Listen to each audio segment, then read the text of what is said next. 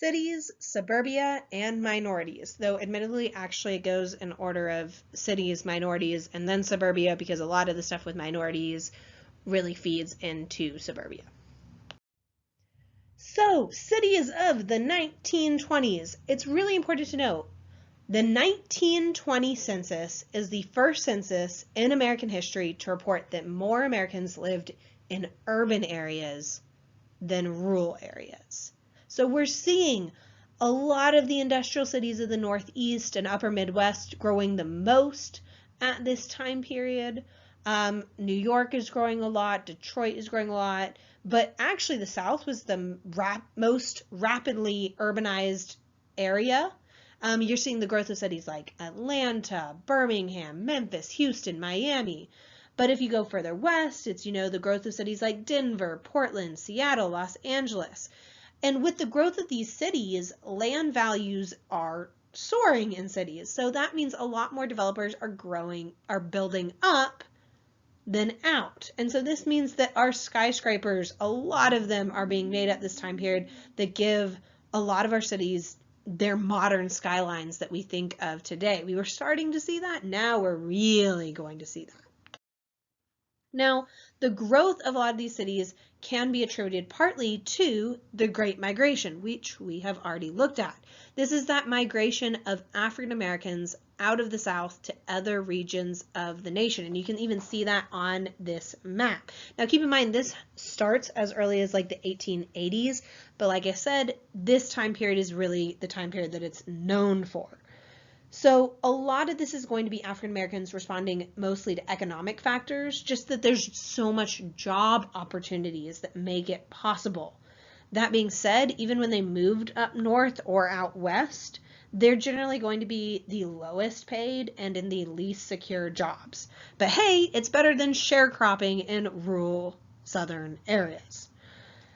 But this is going to cause the formation of more and more Black ghettos within northern cities. And a lot of this is more because of prejudice than because of the wishes of migrants. Yes, there's an element of like immigrant communities and even African American communities wanting to live near people that look like you. But it wouldn't be to this extent if it wasn't for the prejudice and segregation causing the congregation of these urban communities, really. Really, Black people were limited to living in only certain neighborhoods.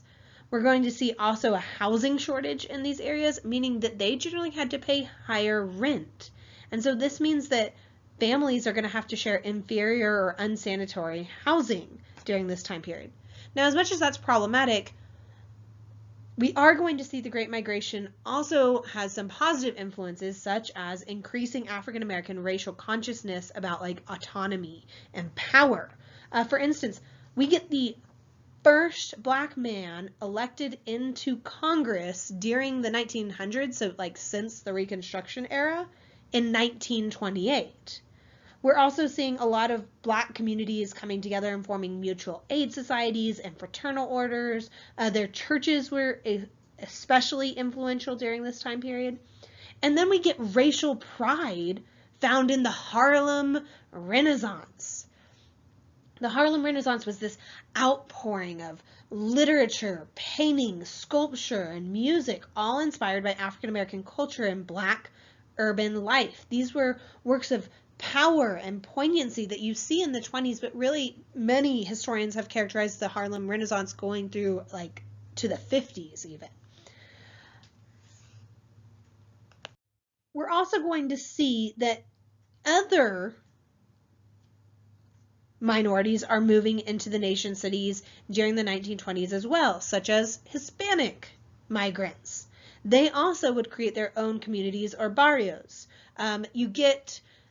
When I say Hispanics, of course, that's very broad. So, of course, you're going to get a lot of migrants from Mexico, but like New York became famous for all of the Puerto Rican population that moved into that region. A lot of these workers were actually migrant farm laborers that lived in cities basically during the off season, but others would permanently stay in these cities basically working like industrial or construction jobs. We're going to see that they're going to also form their own communities, trying to enable newcomers to preserve their own cultural values and also build their own social institutions, whether it is for getting credit or finding housing or healthcare. They also are going to face a lot of hostility and will be segregated as well. Very few cities also are going to provide adequate public services for these barrios. And while these migrants would try to fight these injustices, it was a very difficult position to be in. Which really actually leads us to suburbia. The thing is, during the 1920s, as much as these cities are growing, the suburbs are growing twice as fast. Some of these suburbs are going to be industrial, so it's like growing around one specific industry. An example of this a little bit you can see is like Arlington, Texas, with like General Motors. And so a lot of people moved to Arlington initially because they worked for General Motors. But most of the time, these suburbs really were just like a safe haven for middle and upper classes that they can disperse and spread out as much as they want, partly due to the automobile. It was their pastoral escape from the overcrowded and dangerous city. In fact, a lot of suburbs excluded African American, Hispanics, and even like Jewish people and working class people from living in their area. We're also going to see with the suburbs, though, there's a huge need for road construction. Everything's so much more spread out and growing outwards rather than upwards. And so the government is going to give a lot of federal money to states specifically to like build highways. In fact, the largest single item in the national budget of the 20s is going to be for that predominantly, for road construction. Plus, with road construction and people moving out to the suburbs, you get kind of new industries in the suburbs, like drive-in restaurants. One of the most famous for this was White Castle, with you have your standardized menu as well.